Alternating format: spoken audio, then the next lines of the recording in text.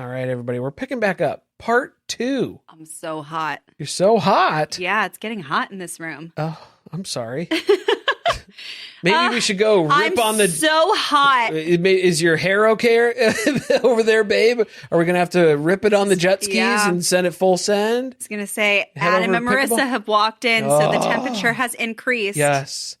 They are breathing in some toxins while doing homework because Adam has to mention the horrible fumes that this 5-wick candle is going to be spewing off into their apartment. He is so annoying. Like, I think she's really trying to restrain herself. There's no way this girl does not like to light a 3 to 5 wick candle on a weeknight, curl up with a little book. I'm sure, I don't think she's reading anything. I think she's reading smut. It's mostly but smut. Like, it's still a book. Hey, reading's reading now. You know, she likes a little blankie. Maybe a little glass of wine. And he hates all elements of that entire activity. Boring. That sounds boring to Adam. So anything that he doesn't like, that he's not personally 100% on board with, he's going to shit on it. Yeah. too. How about you just do it and shut up? Yeah. Just light the candle. Also, you don't even have to do it. I'll just do it. So then don't say anything about it. Don't comment on it. He's got to keep saying these snide things, and she's not reacting to it yet. Yes. It's coming. Oh, he'll wear you down because she thinks that he's like teasing her in a flirty way. I don't think so. No, I disagree. She's over it. I disagree. They start doing the homework, and the first question is, what's a misconception about you? And he says that I'm surface level, which is exactly what the experts said to them last week. There is no depth to your relationship because you don't know these things about each other. You don't understand how you operate or think, or you don't interact in those ways. Plus, there's also no like selflessness element to your relationship at all. It's just everything that you want to do, and then she has to go along with it. I was just waiting for let's prove that now. What are your proof points? Because it felt like another joke. Yes. Where it's like him poking fun at not taking what the experts said seriously. She was trying to like reel him back in on that too, where she was like, no, like it feels like you're joking. Let's dial it in because these are supposed to be serious conversations. And then he makes a question up about sexual fantasies or positions or something. And she's just like...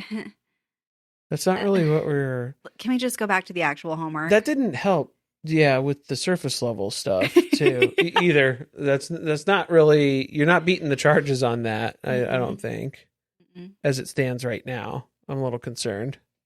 Yeah, I already hate these two, but then they start to bond over the fact they were just too skinny in high school and everybody made fun of them for it. I don't know what that's like. I was just so small and my body was so tight and everybody made fun of me because my legs I were had so chicken legs. little. My little chicken legs. Yeah. I don't think anybody made fun of me because of my legs. Oh. But, I mean... That's why Adam's like, this is why I have to be in the gym. This is why I have to lift 7 days a week. That's literally what's going on. Or I will revert back to my natural state. Yeah. Scrawny. Scrawny, not brawny? Forget it. Not interested. He does not want to do that. No. And then he makes a joke about having a threesome with Felipe. Careful. Oh, because I think, he was joking about having a threesome, and then she said with a guy or a girl. Mm-hmm. And then he was like, well, I think Felipe might take us up on that. Felipe, 1,000%. Yeah. We'll take you up on that. He'll bring the snow. Yep. He'll be like, oh, I wasn't cheating. That's not cheating. That's helping friends. That's helping friends out. I was helping them out with their relationship. But I think what annoyed me about that was like we couldn't take the homework seriously. Yes. Still. He had to keep making jokes throughout the whole thing. Correct. Which, don't get me wrong.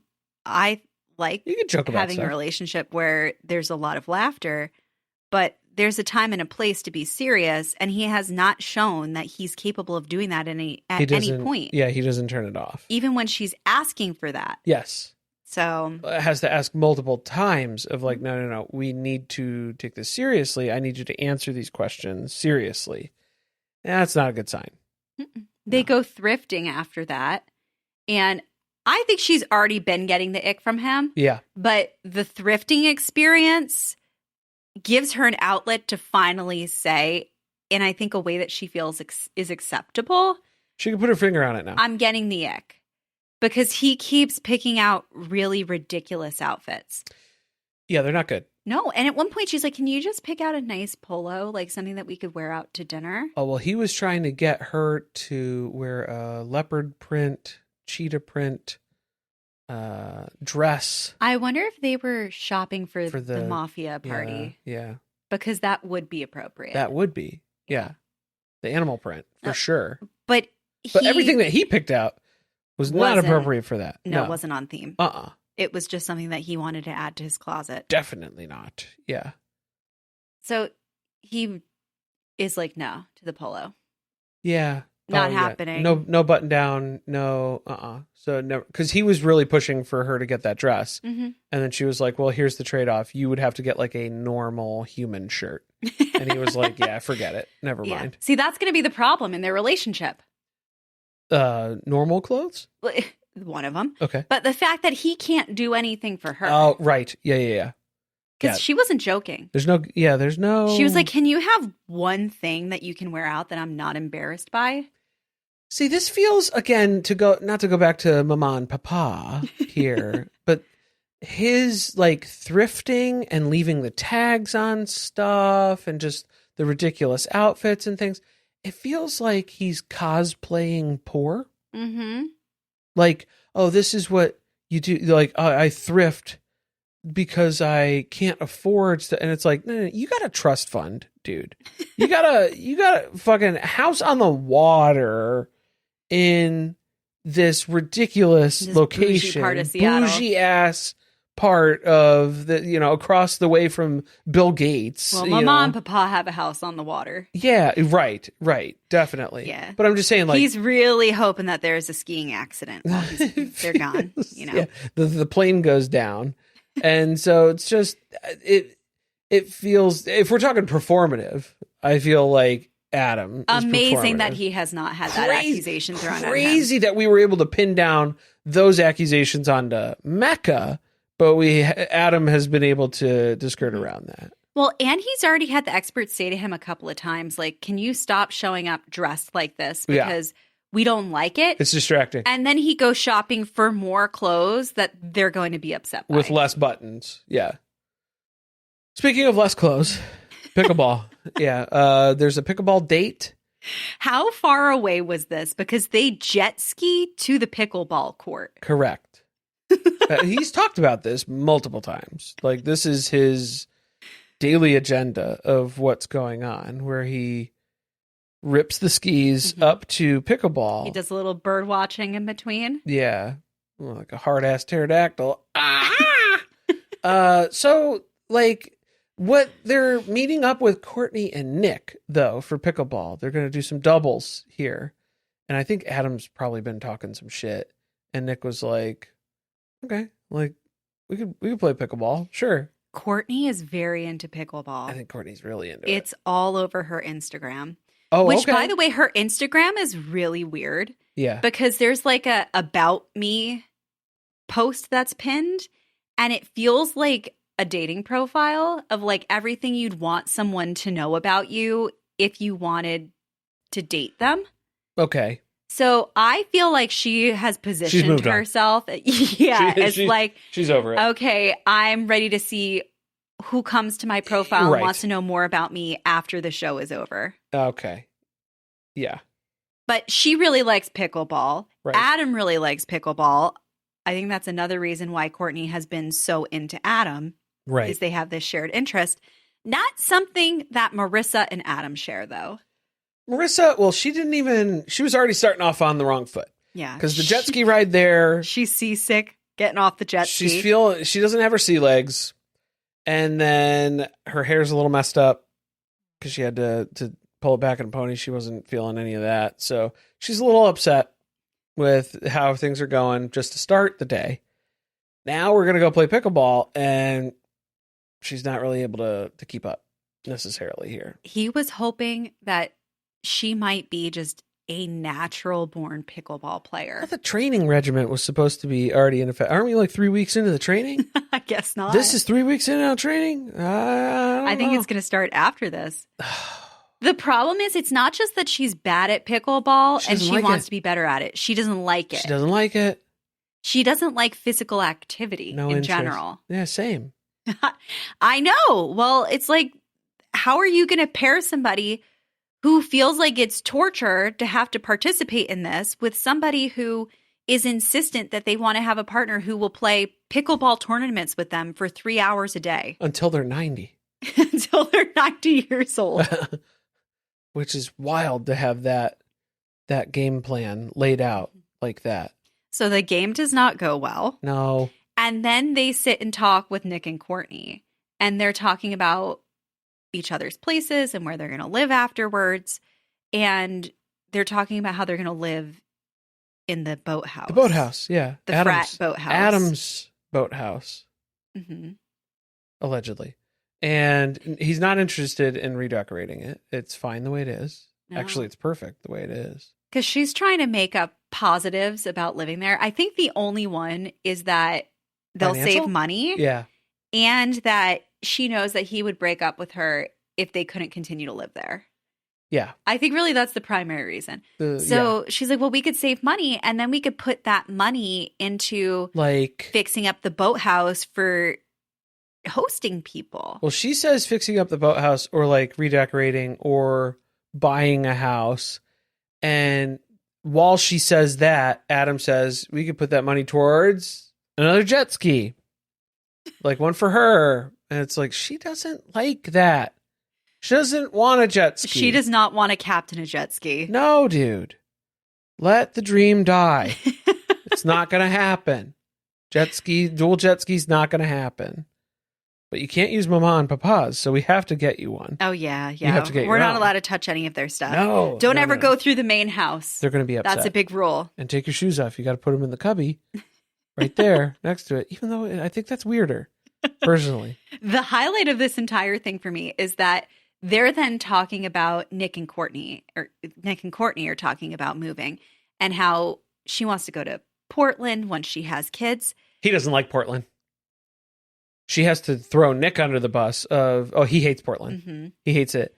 And Adam then takes this opportunity. He's like, well, why wouldn't he hate Portland? Portland's like the Walmart of Seattle. So, which Walmart do not know if that is an accurate thing to say. That's what Adam said. Adam said Portland is the Walmart version of Seattle. What's funny about it is I think this whole time Courtney has felt like she got paired with the wrong person. Yeah, the experts messed up. If only she had been paired with Adam, this would have been going so much better. But the look on her face when she hears Adam disparaging Portland, and she's like, what?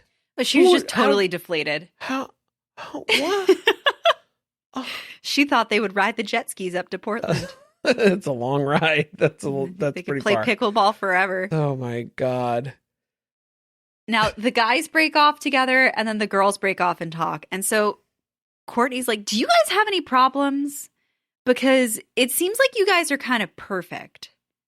It would make me feel a lot better if you had problems. Yeah, it's definitely not perfect. Definitely not. Because Marissa's like, well, I'm a bit of a people pleaser. And I think I've been kind of going along with a lot of things that I don't necessarily agree with or care to partake in. This day woke her up. Oh, okay. I think so. She had such a bad time that she was like, I can't even pretend anymore. Well, I think the slap in the face happens when she then voices, today was real bad. And for Adam, though, on his side, he was like, today was like a picture perfect day. I would do it again and again until the end of time. 10 out of 10 would recommend. And Marissa's like, I don't ever want to do anything like this. It was torture. Ever again in this consecutive fashion. Like, I don't want all this stuff to happen again. So Courtney's like, oh, Well, I guess you can see, like, if he wants to do the things that you like, because if he doesn't, that would be a real sign, wouldn't it? I That guess. maybe you guys should break up and then, like, we could trade partners. Right. Or I mean, we could pitch it to the experts and see Yeah. what their professional opinions. If You there know, would now be that any I other hear swaps. Adam doesn't like Portland, I'm kind of thinking, like, maybe I don't like Portland. Yeah, I could probably hate Portland too. Probably. I could probably get on board with that. Let's go to the couples dinner next. Oh boy. So yeah, Adam's got to dress up in one of his finest kimonos. His many kimonos that he has He owns here. multiple, of course. Several. No comments about his clothes. I think they're done giving him attention for that. Yeah. They're just like, just let him wear whatever he Whatever. wants. He could show up naked. We're not going to comment I on don't it. care. I don't care anymore. Yeah. They announced that they had their bad day. They're no good. And the crowd goes wild.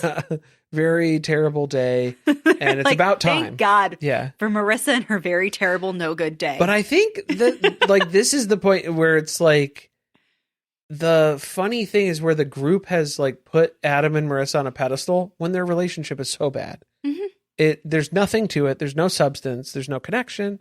But everybody is elevating them in the status just because they look like they go together. They act that, good and I in think there public. is a physical connection, and other people can see that, right. and they feel like just because you have a physical connection, they feel like it equates to they've built something else. That's the basis of But yeah. that's all there is. No, yeah, there's in nothing reality.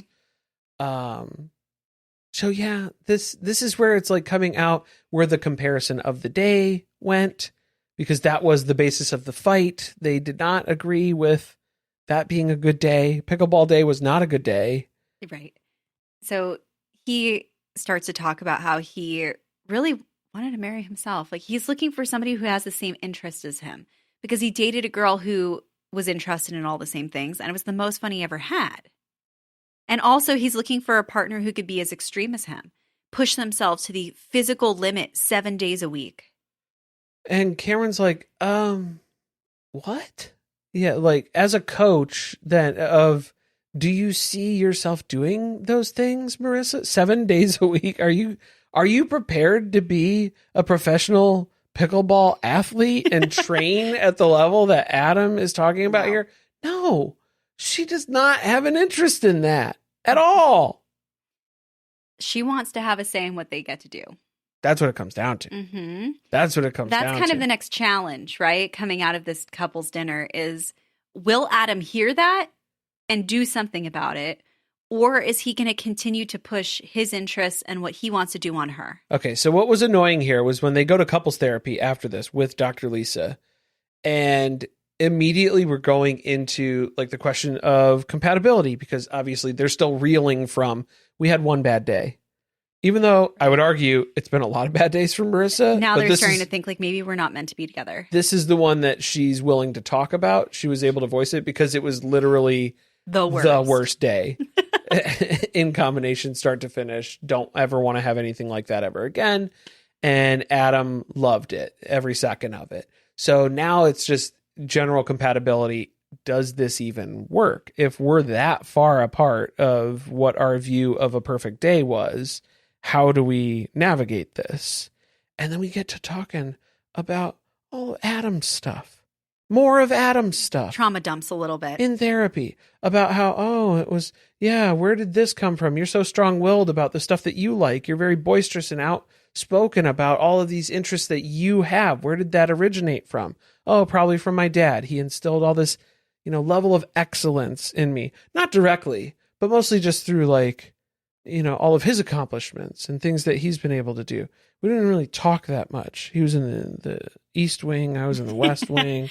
And also they forced interests upon him where Right. he had to play classical piano and be very serious about it. Boy Scouts. He had to become an Eagle Scout. And that was Yes. really embarrassing for him because he didn't want to be doing it anymore at the age that he was, but they insisted. So now that he's an adult, he goes really hard on his personal interests because he wasn't allowed to pursue the things that he wanted to do when he was a kid. Okay, let's compare that and say, hey, when you are trying to get Marissa to do pickleball, it's like when your parents were trying to get you to do classical music and training on piano. I don't think he could process what that. does that make you feel like? Yeah, Because do you he's feel already like that's talking good? about doing this to his children. Correct. Where he was like, I can't wait to have kids because then I'm going to get them in their training as well. So, I mean, we're going to have pickleball practice 2 hours a day for each member of the family. Well, that's what, Cameron was like, do you think, you're talking about having kids, do you think you're going to be spending 3 hours a day, 5 days a week playing pickleball? I don't think that's realistic. And Adam was like, no, it's going to be like 6 hours a day because we're going to have to train so much more. No, you missed it. You missed the point. I understand that was a joke, but also I think that there's a I don't think it was a joke. Where it's like my kids are also going to do the things that I have an interest in. Yes, because he's a narcissist. And that's exactly what's going on here. Everybody does what he wants to do. That's how the world works for him in his mind. Poor Marissa. I'm telling you, this woman is cracking. She is starting to become so anxious. And apparently she has a history of anxiety and depression. And he is so intense that is triggering her because she struggles with perfectionism. I think, what was the thing that Dr. Lisa said at one point? She's like, oh, that's weird. Because like everything that you're describing is like all of your triggers. It's in Adam. So like, what's that like? Being married to like a human trigger, a human source of all of your anxiety triggers. It's not great. It hasn't been a blast, really.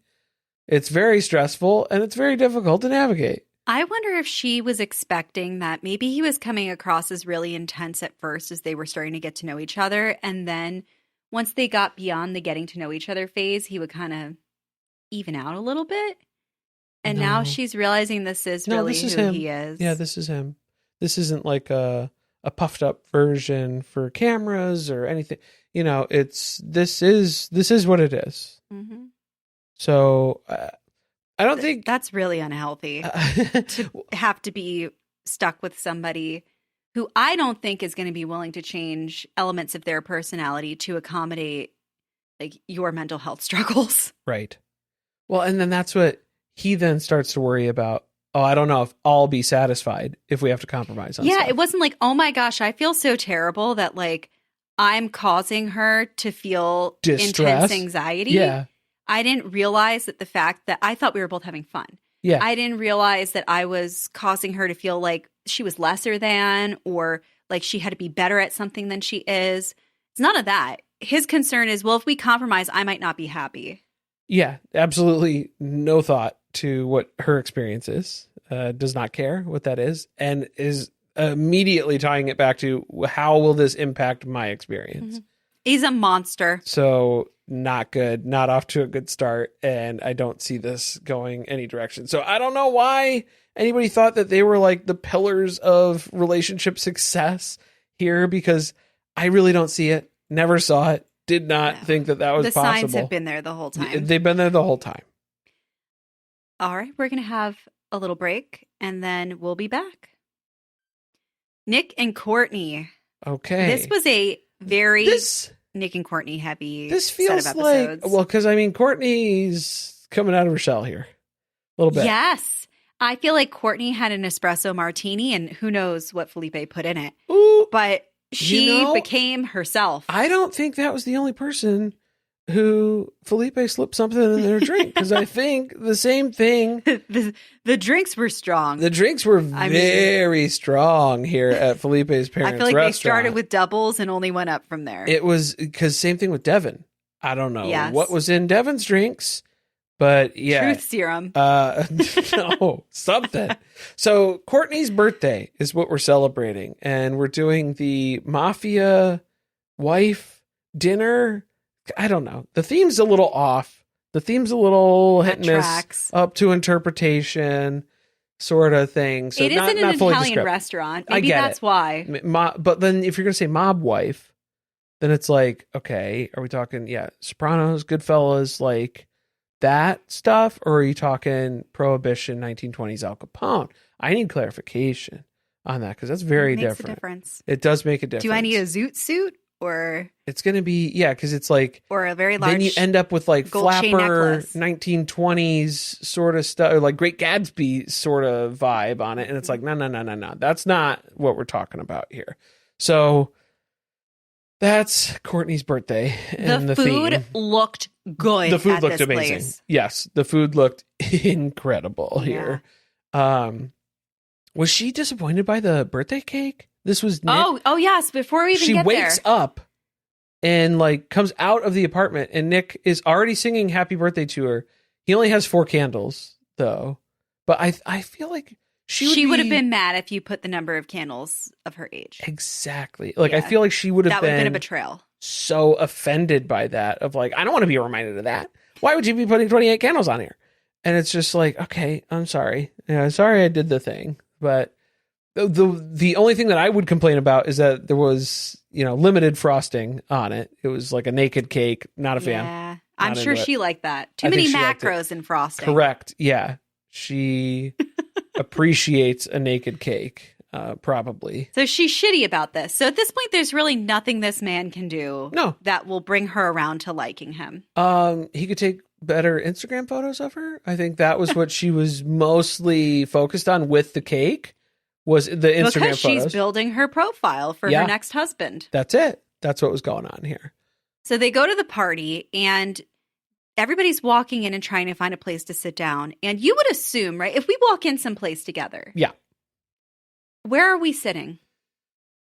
If it's your birthday, I would assume you're like head of the table, kind of right in there. And where are you sitting? Pretty close by, probably.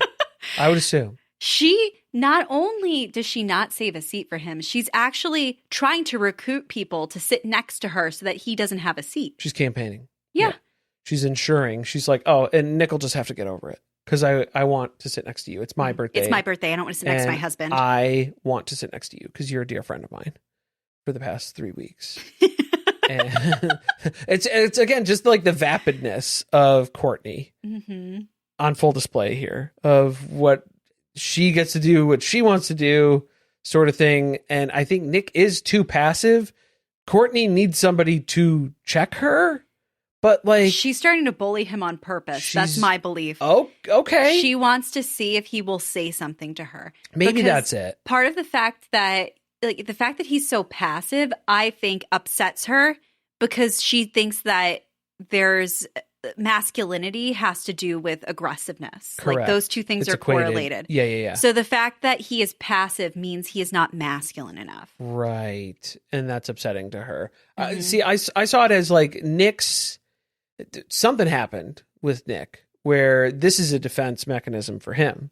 He minimizes. I don't have any needs. Everything's good. I'm go with the flow. I'm here for the ride. And like whatever you feel like doing, that's what I'll do too. So like, imagine if they had paired Nick and Marissa. Because I mean, Courtney obviously wishes that she was paired with Adam. So let's think about the other side of that for a second here. Couple swap where it's Nick and Marissa, where you have both people pleaser people who are so passive, they don't decide on anything, looking at each other like, what do you feel like doing? I don't know. What do you feel like doing? Because they don't have a leader to follow. They're both followers. And so what do two followers do together? I don't know. Just stare at each other. They don't know. They don't know how to navigate that. So I think that was what the experts saw in that, where it's like, you can't have Nick and Marissa together. She doesn't like, though, that she's the assertive person in the relationship. Right. She would rather be the passive person. Here's the thing. She's so fucking uptight that she's wound so tight. You cannot be the loose, carefree person in the relationship. I'm sorry. No, I feel like this is like what you think you want. Right. Versus probably what's appropriate for your personality. Yes. But she's too caught up on that. Oh, like, yeah. She can't get past it. No, not to at all. even see that that's a possibility. Right. So not only does she not sit with him initially, which eventually he's like, hey, like, I guess I'm not sitting next to you. I would be like stoked to sit next to you if I could. Like, even the way that he was bringing it up of, oh, I thought I was going to sit next to you. Like, he didn't even get upset about it. It was just, oh, it's whatever you want. But like, I would prefer if I did sit next to you on your birthday or whatever. Okay. Like, even just the way that was kind addressed. Of a test. I don't, yeah, like if I she think was she's trying constantly to, testing him. she's trying to get the reaction out of him, but it's not happening. Yeah, it still hasn't. So then she doesn't talk to him, even though now they are sitting next to each other. She literally turns her back to him and is talking about him to the person she's sitting next to. I think it was Devin. So Devin's on the other side of her. Devin gets upset. Devin's getting upset. I think he's frustrated with his relationship a little bit.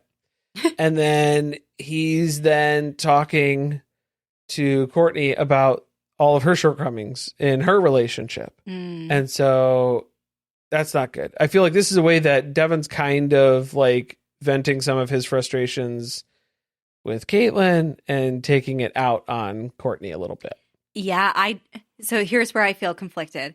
I don't like Courtney, so I like seeing someone call her out. Right. But was it Devin's place to do that? No. Especially on her birthday? No. I think he had a few drinks in him, and then he could not stop. Like, he had to tell her what he thought.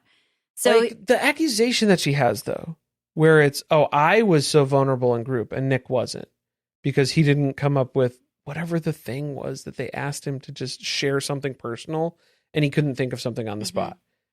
I think she feels betrayed by that. Yeah. Like, because I really think that what she shared about struggling with intimacy in relationships is because something dark happened to her. Okay. And I think she's regretting the fact that she said that when when it was his turn to share something, he didn't share anything, never mind something of substance. Right. I'm not defending it. I just think that's where it's coming from. She feels she has to feel like she's doing everything right. Mm-hmm. And then, but nobody's saying that Nick isn't providing me with what I need. So like, she's getting all upset about that. And that nobody calls Nick out. It's everybody's defending Nick. Everybody feels bad for Nick that I'm not doing enough for Nick, but I'm doing stuff for our relationship. So I think it's a lot of that too, where she feels like she's not getting credit for what's going on. And that's where her and Caitlyn are becoming friends. Yeah. Even though I think Caitlyn's doing a whole lot less than Courtney is.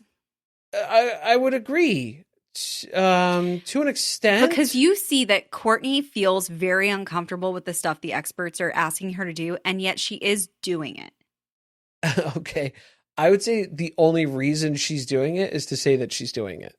Does that make sense? She's not actually trying, though. So, like, is she doing those things? Yes. Is it for the purposes of growing and strengthening this relationship and forging a deeper connection? I don't buy that for 1 second. Mm-hmm. So that part is where it's like, they're the same then to me, as far as like the level of intention that goes behind it, non-existent.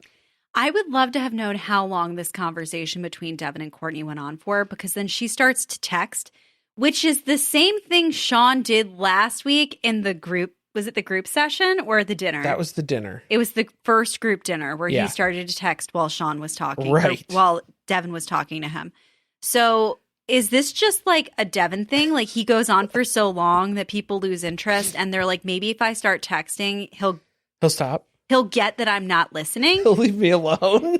Because first I thought it was just a dick move by Sean, but seeing someone else do it again is making me question what's happening. I mean, I think that Courtney's addicted to her phone too, probably. Like, I think she spends a lot of time on busy Instagram. Updating her Instagram profile. Yeah, she's getting all of her birthday notifications at this time. And so, like, I think that that's probably a big part of this. Mm-hmm. But, I mean, to that extent, like, for Devin, when he's calling stuff and saying, like, oh, I see you, I need you to see me, the way he talks about stuff in these circumstances is kind of insufferable. Mm-hmm. I think the way that he will, because as soon as he starts saying it to Caitlyn too, she rolls her eyes repeatedly of like, oh, I see you, I just want you to see me type of stuff. Like the verbiage that he uses to communicate. Like, I don't want to say it's a weaponization of therapy language, but it's an adoption of therapy language into everyday conversation. Yeah.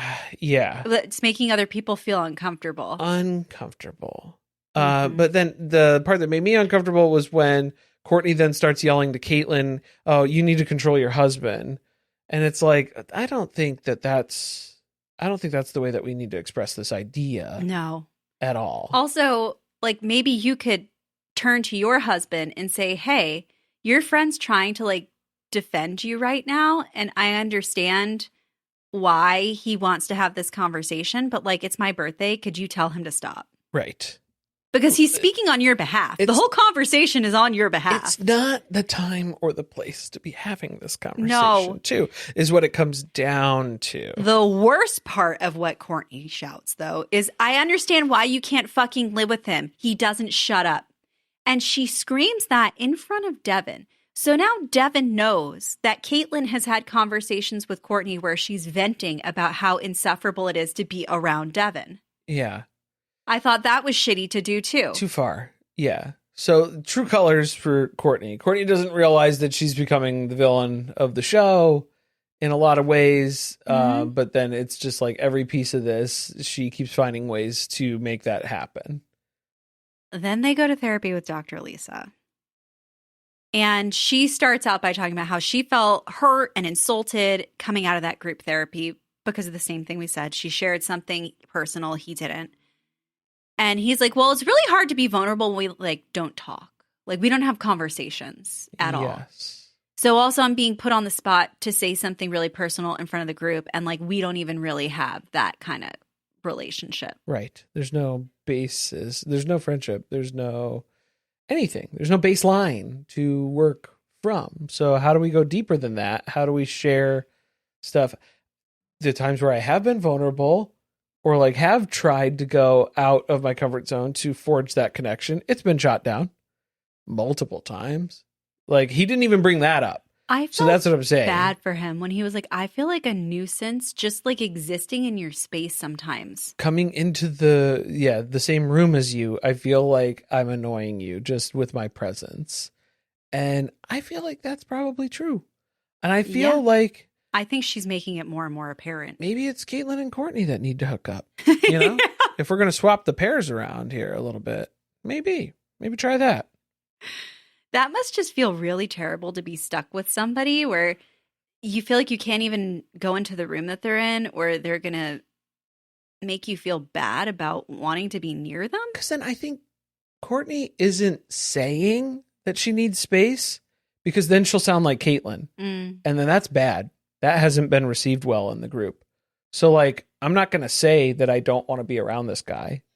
But I don't want to be around this guy. So, like, I feel like that's the other part, is where if you're not being honest about what your needs are, then they're not going to be met.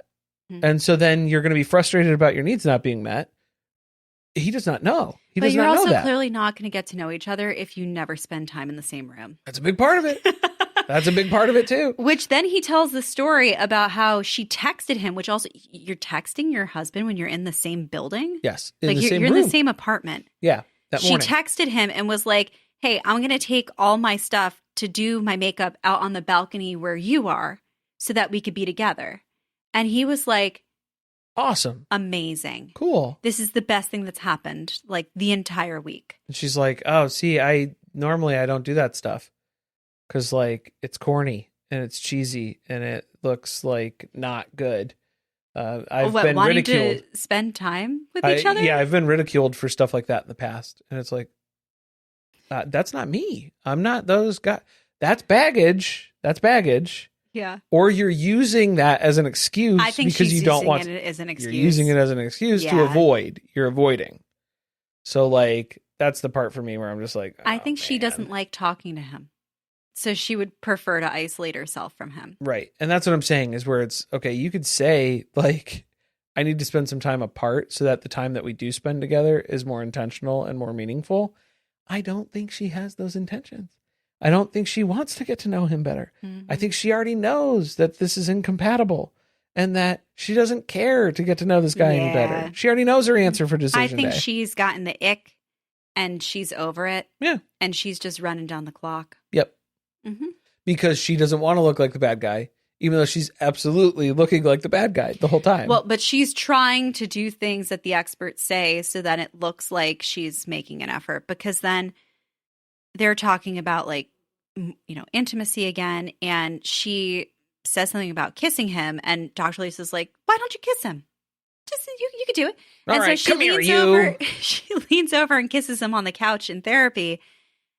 But it was weird. It was weird. Well, before she was like, I mean, I feel cringy. I feel cringy doing that. Like, I don't want it. Like, I feel weird kissing somebody. And so then she does it and she's like, it wasn't so bad. I mean, like, it was okay. I mean, I'm a little cringy, but like, it's okay. It wasn't okay. It was weird. It was uncomfortable. I was uncomfortable. I mean, Nick was just like, oh, that was cool. Okay. Yeah. Okay, great. Because, like, He'll of course, take any scraps that get thrown his way at this point. And he would say the same thing if they didn't kiss. Mm-hmm. Oh, that's cool. That's fine. That's all right. That's good.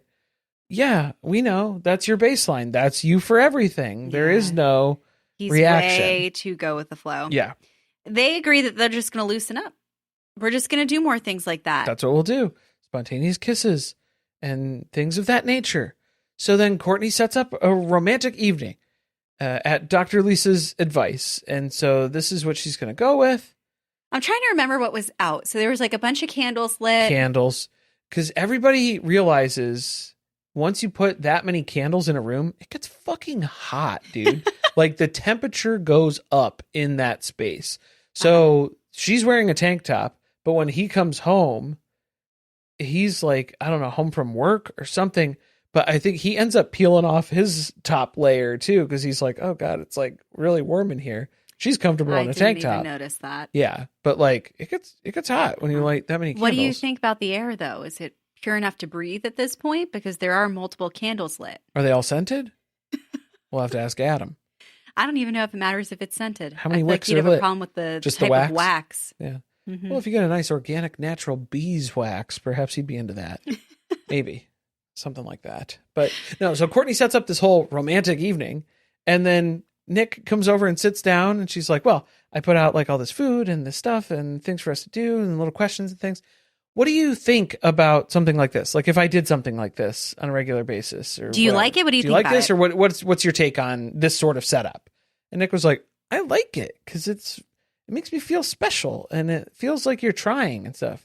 She's like, oh, yeah, because normally I wouldn't do anything like this because it's very cringy to me and it's gross. If this wasn't an exercise, I would never do it in my life. I would never do this. Just to be clear. Never do this in my life.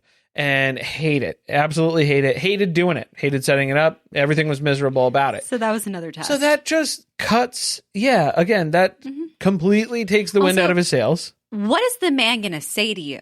When you go, do you like this? What do you think about it? You just spent the time setting it up. You think he's going to say, I fucking hate it. It's stupid. I would never do this. Well, he does push back on things, but he pushes back on things in non-combative ways where he will still clarify a point. And she wanted to fight. She wants to fight. And that's not what she's getting out of this. So he is then still arguing something. Like there's a difference between arguing and fighting. I think she's looking for fights. And then he will argue a point basically of saying like, no, I have experienced rejection before. Not every woman that I go up to wants to go to bed with me. Like those types of things, the accusations and the broad brush that Courtney decides to paint with, not accurate. It's not true. It's not reflective of his experience. So they had questions to answer, right? I think because so. she gets talking about having been cheated on in the past, which I feel like this is like the fourth time we've heard them talk about this. This is her, well, like one of her trauma things, because I feel like there's other relationship stuff that she's experienced. They talked about this while she did her makeup in the mirror the one day. Yeah. And she's talking again about how, well, it was my fault because I allowed him to cheat. I didn't do anything about it. I let it keep going on. And Nick's like, okay, just to be clear though, like, wasn't your it's not your fault. Yeah. Like, I don't blame you. And she's like, okay, well, I do. It's my fault. So I guess that's another thing we disagree on. That's nice of you to say that or whatever, but you're like supposed to say that. And it was my fault that it was like, I got hurt by that because I allowed it to happen. Okay. Again, where he'll say, no, like that's not it. You know, also, you're looking at this wrong. Go to therapy. Please. Yes. Go to therapy, Courtney. That's the bigger lesson here is what it really comes down to. He did finally share something that was kind of personal about himself, talking about the importance of physical touch and like why that's a big deal to him and how he is from a family that is like kind of cold. Like there's not a lot of that between them. So sometimes the only time that he gets that type of interaction is when he's in a relationship. Yes. So that's why it's important to him. And she's like, oh, okay. Yeah, that makes sense. That's good that I know that now. Even though, I don't know, like, she does lean in. They kiss. Oh, because I think he initiates the kiss this time. He does. He says, I'm going to kiss you, which is probably I think the she's most... been waiting for something like this. But that was to consent. Yeah. She's like, she's not into it now. Yeah. That was an ick for her. Also, it was an ick for me watching them kiss because I was like, oh, there was... I mean, if somebody watched us kiss, it would probably gross them out too. So, I mean, like, I get it. Like, I wouldn't want to make out with somebody on screen. And no, so, it'd like, be very uncomfortable. Yeah, because it was just like, oh, yeah, no, that's... This wasn't it. This wasn't it. I don't even know. Painful. Like, how she... I want to know what she really thought about what he shared, because she has also said that she comes from a family where there's not a lot of touch. Yes. They don't hug each other. Don't hold our... Like, they couldn't hold hands when they walked up to the front door because she said her family would make fun of them for it. Oh. So... Yeah. I'm wondering if she's thinking, okay, well, I'm also from a family like that, and like I don't need physical touch. So why do you need that? But again, because she's been so judgmental that I find it hard to believe she like took that in and was like, okay, that makes sense to me. Right. Then we go to the couples dinner. And the experts are watching them walk in, and they're like, her body language is it's screaming, get me out of here. Man, you should have seen her at her birthday dinner, because that was even worse, you guys. Yeah. She was completely turned around. She deserved to be called out for that. Like, I feel like they should have called them in for a special therapy session just to talk about her birthday dinner scene. It's very apparent that she is like trying to get out of here as soon as possible, as quick as possible. But they've been working on showing affection. That's the whole thing. She's working on it. Work in progress, TBD or whatever. This is where then Mecca jumps in and is like, you didn't even face your husband at your birthday party. He didn't even mention the fact that she didn't want to sit next to Nick and was actively working around that. That she had her back turned to him the whole time. That when he did sit down next to her, she didn't engage with him at all the whole night. So, like, yeah, it's a little odd. Strange. Not very typical. It was. Everybody was looking at it. It's uncomfortable. Right? It wasn't just Mecca and Belle. Like, if you looked around the table, Tori was making faces. Like, everybody felt really uncomfortable with the way that Courtney was talking about Nick and treating him. But Mecca was ready to bring it up because Courtney said that he was being performative at the first dinner. An eye. So it's your turn now. Your turn to perform. And she gets reactive. She fires off where she's like, well, I'm doing stuff. Everybody's asking me what I'm doing for the relationship. I've listed off a bunch of things. I haven't heard him say anything of what he's doing for the relationship. She catches herself in the moment because she was like, oh, that was something that like old me would say. No, well, you said it right now. So I think that's still you. The mask has been dropping off of her through these episodes. I think that is you. Not old you. And he's like, I mean, I've been trying to like go deeper, like asking questions. Do I get no credit for the things that I've tried to do? Yeah, because it was like you were wanting me to talk about asking about your childhood and like things that make you tick and things like that. So it was just those types of things. I've been doing trying. That. Have I not been doing that? And then she goes, oh, well, yeah, you have been doing that. Okay.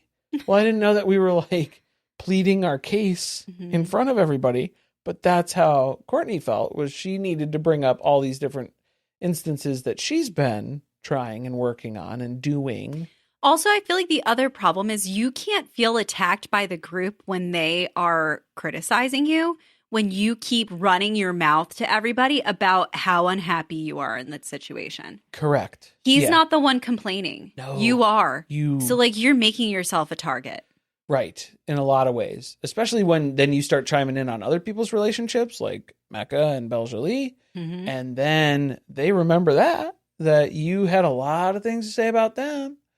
Because I've experienced that too. Like in college where it was like we would have films, because it was film school. So you tend to make stuff. And then like the first person who went up, they were like, oh, I'll screen mine first.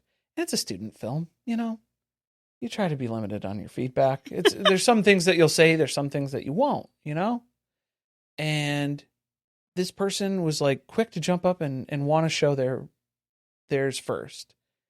And everybody was kind of dancing around stuff or just like, okay, great. Yeah.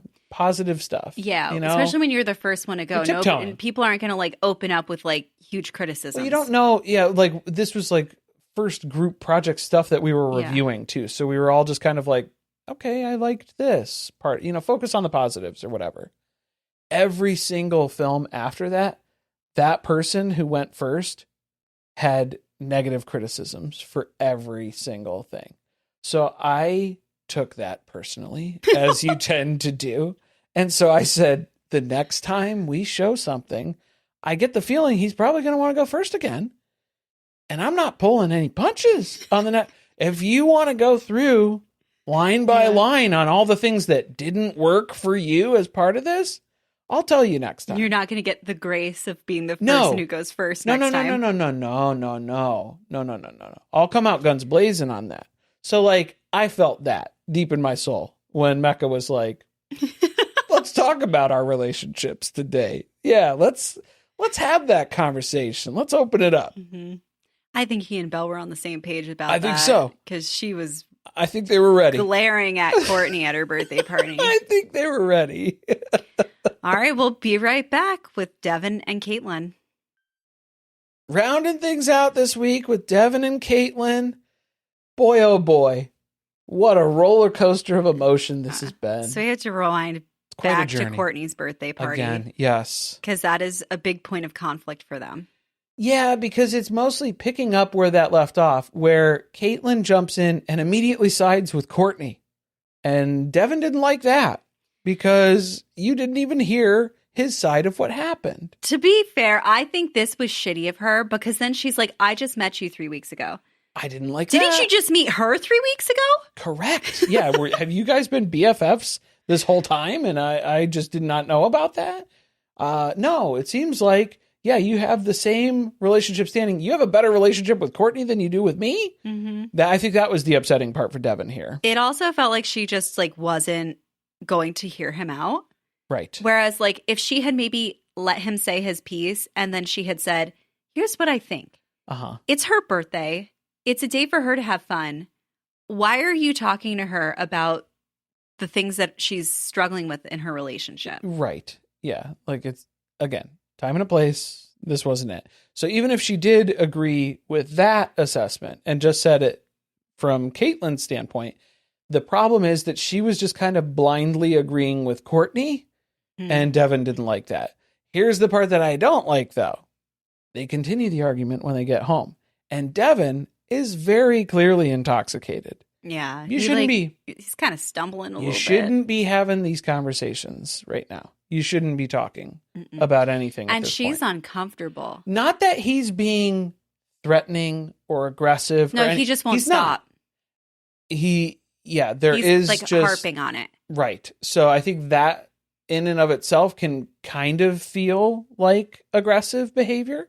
So that's a part of it where it's just, no, like we don't need to be having this conversation. Well, also, you only met each other 3 weeks ago. Right. This is the first time that you've been really intoxicated around her. And now you're following her around the apartment while she's trying to fold laundry, rambling on and on about the same thing. She doesn't want to talk about it anymore and you won't stop.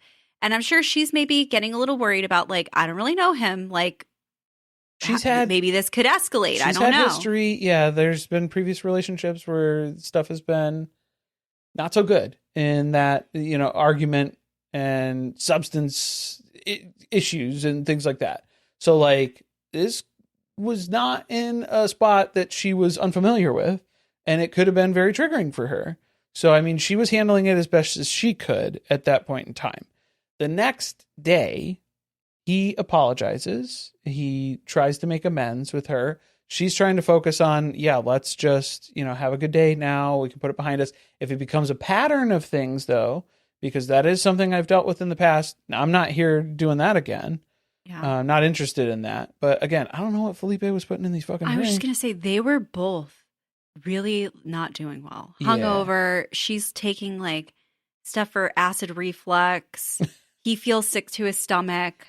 Yeah, something was going I was on. like, what did they? I don't know They what. drank so much. I don't know what happened.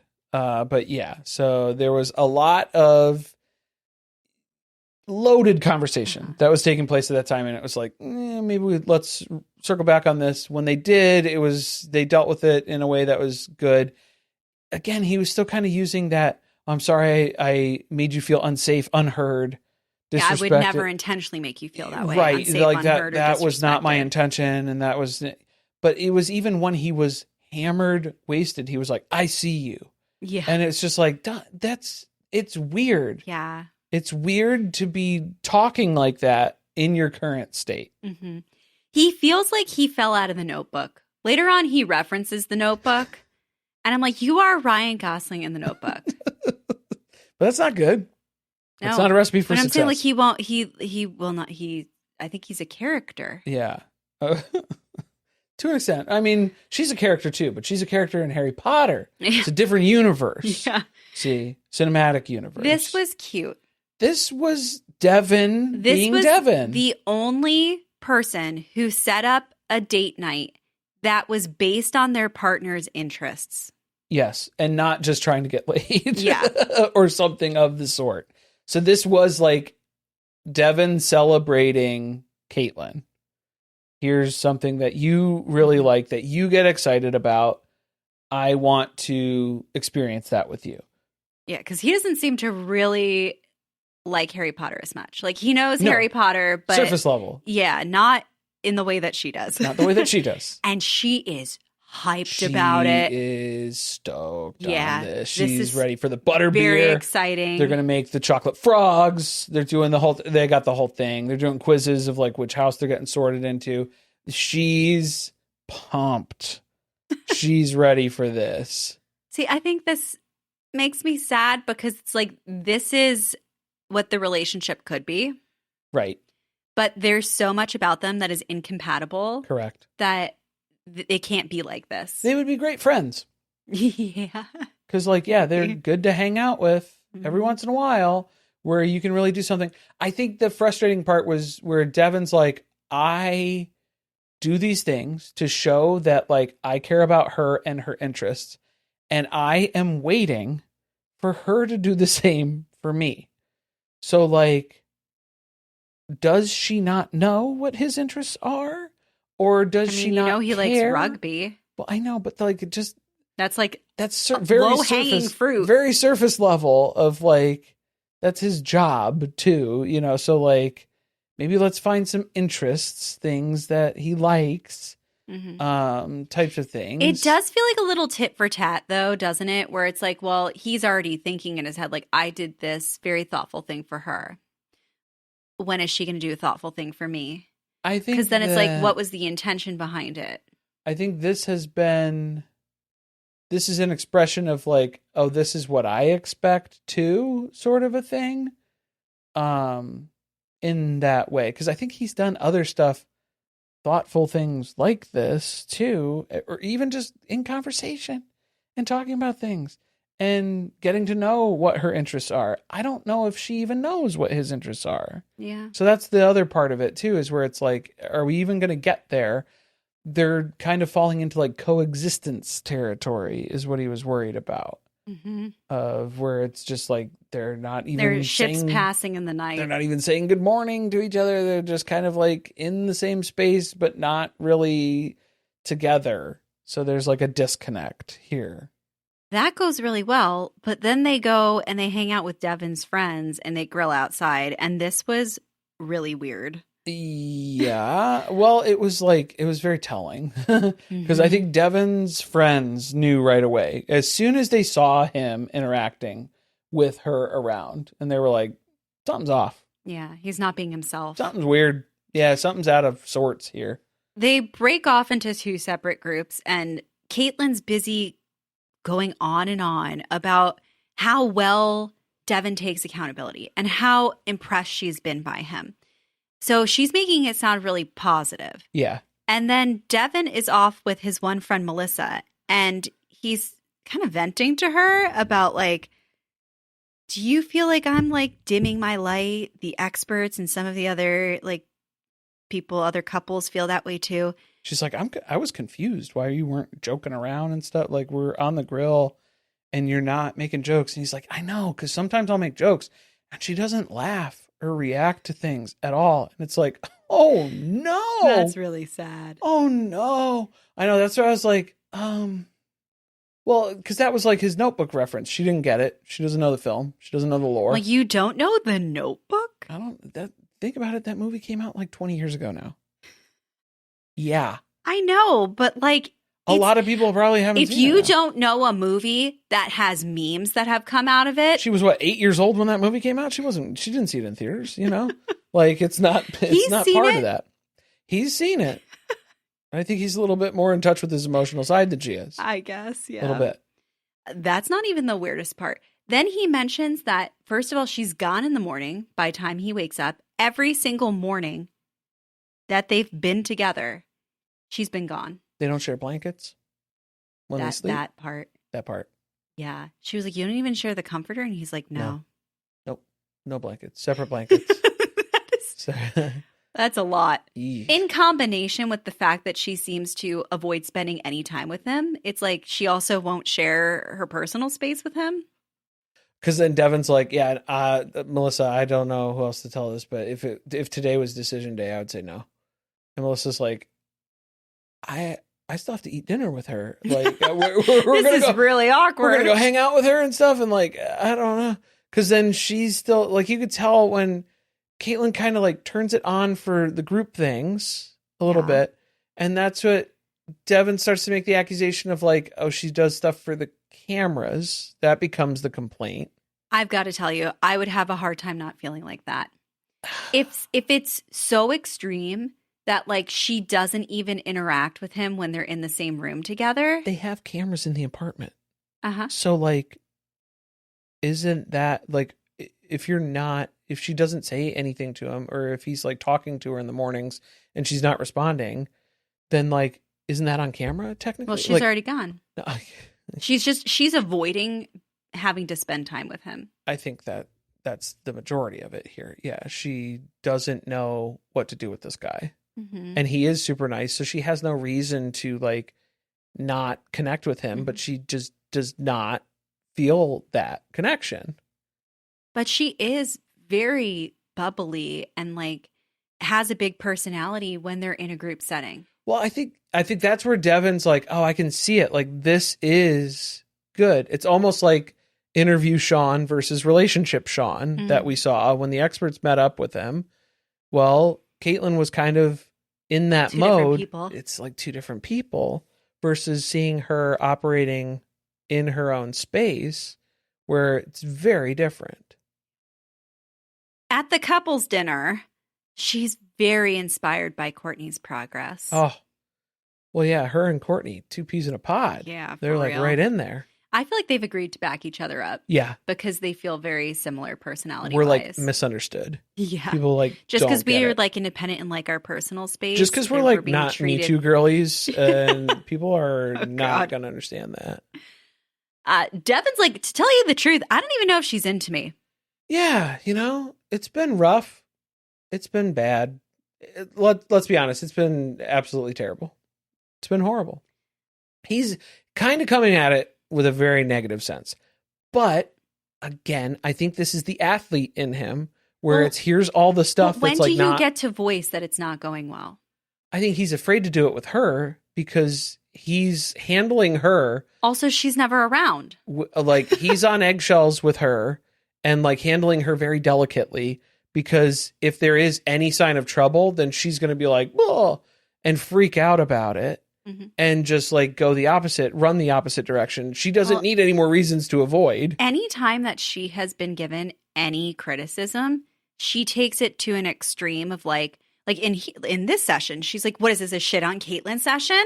No. Like, we're just going to focus on the negatives? No, I think for Devin, he focuses on that. Because then that's what you see in their,